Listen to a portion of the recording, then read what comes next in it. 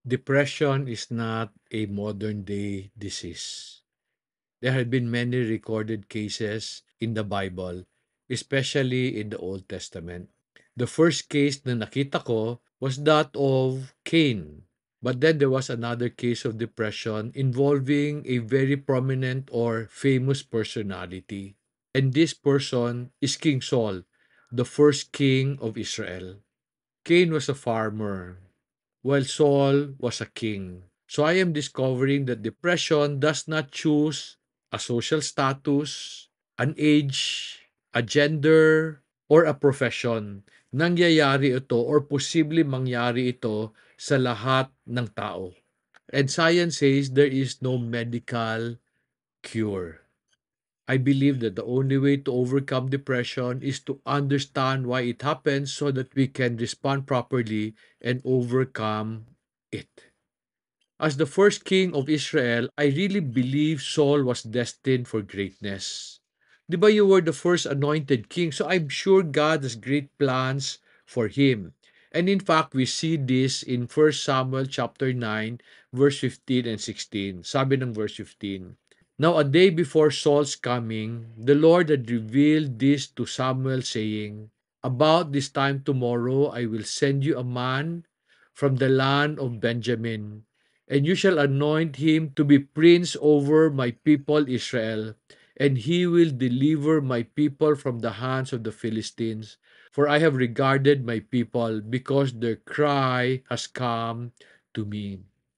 Saul was chosen to deliver God's people from their enemies. Di ba that's a special privilege? And I really believe pag nagawa niya yon, there will also be blessings after.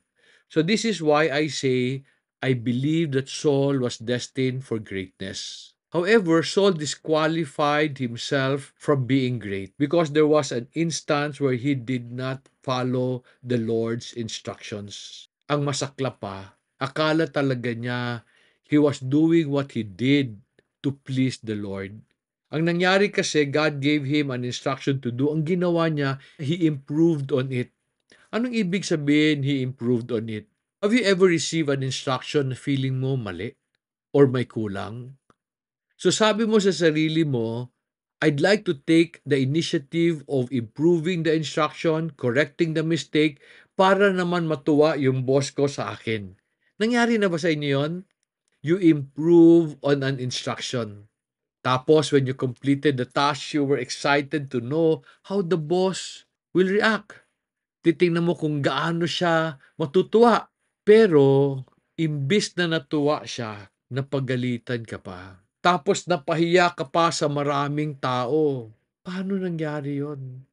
And because you were scolded in front of many people, you went through depression. And for many days, hindi mo maintindihan paano nangyari yon. Ano ba yung inutos ni God kay Saul na hindi niya sinunod? Let me read the instruction in 1 Samuel chapter 15 verses 1 to 3.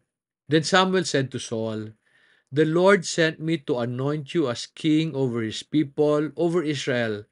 Now therefore listen to the words of the Lord. Thus says the Lord of hosts, I will punish Amalek for what he did to Israel when he set himself against him on the way while he was coming up from Egypt. Now go and strike Amalek and utterly destroy all that he has, and do not spare him, but put to death both man and woman, child and infant, ox and sheep, camels and donkeys.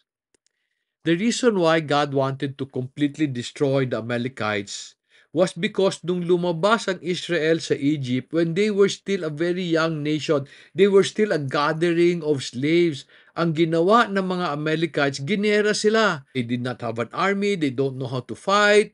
So, ang sumalubong sa kanila paglabas was the Amalekite army. And if they did not win that battle, the Jews would have gone back to Egypt. Hindi sana sila nakapunta sa promised land. So galit na galit si God sa mga Amalekites. And you know, you will read the story in Exodus 17. So after they won the battle, God made a promise that he will blot out the Amalekites from the face of the earth. When Saul became king, Because meron na silang army, inutos niya kagad ito kay Saul. Kaso lang siguro, Saul did not find the instruction of the Lord practical. And I think he saw it as very harsh. Kasi imagine, papatayin mo lahat, babae, lalaki, infant. Pagkatapos pa, papatayin mo lahat ng magandang baka, makambig, o sheep. You will utterly destroy everything. So Saul improved on the instruction of the Lord. And we see this in 1 Samuel chapter 15 verse 9. Sabi ng verse 9, "But Saul and the people spared Agag, and the best of the sheep, the oxen, the fatling, the lamb, and all that was good, and were not willing to destroy them utterly. But everything despised and worthless, that they utterly destroyed." Kumuha rin sila ng mga jewelries, mga gold. Diba, bakit masusunugin yung mga yon? How did the Lord respond to Saul when he heard this? Let me read 1 Samuel chapter 15, 10 and 11. Then the word of the Lord came to Samuel, saying, "I regret that I have made Saul king, for he has turned back from following me and has not carried out my instructions." Pero alam mo ba, when Samuel confronted King Saul, he really believed he obeyed the Lord. Basahin natin ito sa verse 20 to 21 ng 1 Samuel 15. Then Saul said to Samuel, "I did obey the voice of the Lord and went on the mission on which the Lord sent me, and have brought back Agag, king of Amalek, and had utterly destroyed the Amalekites. But the people took some of the spoil, sheep, and oxen, the choicest of the things devoted to destruction, to sacrifice to the Lord your God at Gilgal." He even made a justification. Isa sacrifice daw nila sa Panginoon, hoping that God will be pleased with what they did. Why did he spare Agag and the best of the land? I will explain that to you later. Pero when he explained this, nagalit masyadong Panginoon. And the Lord said something very harsh in 1 Samuel 16, 14 and 15.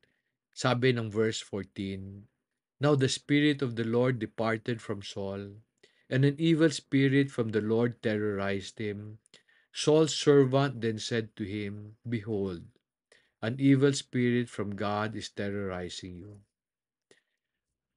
I really believe Saul became confused and angry. Kasi naniniwala siya, ginawa niya yung utos ni God sa kanya, tas in-improve pa niya. Tas meron pa silang pang blood sacrifice. I really believe hindi niya inakala na i-reject siya ni God for just improving or changing a little of the instruction. Tapos, hindi niya maintindihan, why would the Spirit of the Lord depart from him and put an evil spirit in place of him? Why? You know, after this incident, Saul lived an angry life. He did not have peace because an evil spirit was constantly terrorizing him. The only thing that would calm his heart was when David would play his harp. However, because he was depressed, he became paranoid. And because he was paranoid, he was always jealous of David, imagining that he will soon take his kingdom. And because of that jealousy and fear, he made it his obsession to kill David. Maski si David was the most loyal of his servants and the best soldier in his army. Di ba sabi ko sa inyo, depression makes people do foolish things, foolish, terrible things. In the past, when people get depressed, they would kill the person they feel is causing the depression. Today, when people feel depressed, they kill themselves to escape their depression. Totoo ba that the reason why Saul disobeyed the Lord was because he wanted to please him? Did he change the instruction because he was hoping that the Lord would see him as wiser? Let me read for you a verse that revealed his heart. 1 Samuel 15:24 says, "Then Saul said to Samuel, 'I have sinned. I have indeed transgressed the command of the Lord and your word because I feared the people and listened to their voice. Saul did not completely obey the Lord because mas importante sa kanya kung ano ang sasabihin ng mga sundalo niya. He spared King Agag because he wanted him to be a trophy to show everybody his victory, but not the victory of the Lord. And during that time, people were paid from the spoil of the battle, from the gold they will collect, the jewelries, plus the best of the land. If he destroyed everything, people will see him as foolish, tanga, for doing so. So natakot siya na matawag siya ng mga tao niyang tanga. Friends, I need you to understand that God anointed Saul to rule over his people. That day, he allowed these people to take the place of the Lord. They ruled over him. Ano ba talaga ang kasalanan ni Saul? 1 Samuel chapter 15 verse 22 and 23 explains this. Saul did partial obedience. Ano ba ang partial obedience? Partial obedience is disobedience. So let me read 1 Samuel 15:22 and 23. Sabi sa verse 22, Samuel said, Has the Lord as much delight in burnt offerings and sacrifices as in obeying the voice of the Lord? Behold, to obey is better than sacrifice, and to heed than the fat of rams. For rebellion is a sin of divination, and insubordination is as iniquity and idolatry. Friends, disobedience to the Lord is very serious. Kala natin simple lang yan para sa Panginoon. It's a serious sin to Him. Because disobedience is an insult to Him. Why is it important to obey an instruction to the letter? Maski feeling mo mali or kulang. Kasi while feeling mo na kulang siya, to the Lord, to your boss, to your parents, hindi siya kulang, tama siya.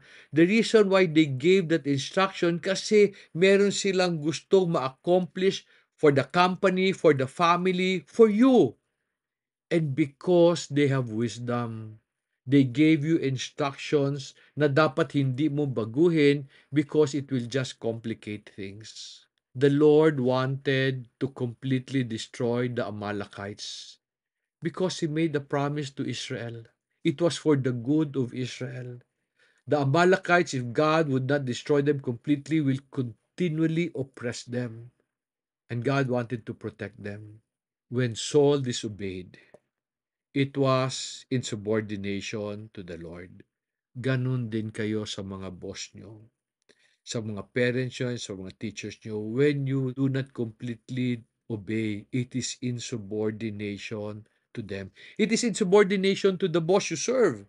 Di ba ikaw nag-apply sa kumpanya tapos pag inutusan ka, babaguhin mo? Di ba it's insubordination? It's insubordination to your teacher when they give you instructions. Sana simple lang if you just follow. It is disrespect to parents when they give you instruction and you feel you know better. When you change the instructions, alam nila it will be complicated. Kaya tayo nadidepress when our boss rejects our work or rejects our obedience kasi nawawala yung reward. Instead na matuwa siya na pagalitan ka pa, kung sana ginawa mo lang yung sabi niya. Paano pag feeling mo may mas maganda ka idea? What should you do? You should appeal. You should present it first before doing it.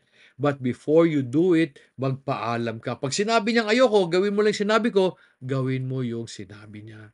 Because that is right. I'd like to show you Deuteronomy chapter 28 verses 1 and 2. It's a very nice set of verses. Sabi ng verse 1, Now it shall be if you diligently obey the Lord your God, being careful to do all his commandment which I command you today. The Lord your God will set you high above all the nations of the earth. All these blessings will come upon you and overtake you if you obey the Lord your God. Did God give you instruction kasi kulang siya sa pansin? Do you know God gives instruction to bless and protect you? Did your boss give you instruction because he's selfish and he's stupid? No. It is his responsibility that the organization would succeed. He gave you instruction for the good of everybody. Did your parents give you instruction kasi sadista sila, gusto ka lang na pahirapan? Uy, kaibigan, nung pinanganak ka, inalagaan ka. Nagpuyat yan to make sure hindi ka nagugutom. Pinag-aral ka, pinagbihis ka, ngayong malaki ka na, ayaw mong sumunod. Nagtataka ka pag hindi ka blines. Have you ever done partial obedience? Sabi mo kay God, Lord, ang hirap naman ng utos mo, Lord. Bukas na lang, Lord, bukas ko lang gagawin yan. Like for example, when wives are asked to submit to a husband that they cannot respect, or a husband who will not love his wife because she is unlovable. So sabi nila, Lord, ang hirap naman yan, Lord. Pwede bang bukas na lang yung obedience na yan? Alam mo sabihin ni God, sige anak, okay lang yon. Pero yung hinihingi mo bukas na rin. I'm realizing oftentimes we forfeit blessings and then invite rejection and depression because ayaw natin sumunod ng tama. Friends, as long as you're under the care and protection of an authority, do what is right, not what is good. What does that mean? Do what is right for them, not what is good for you.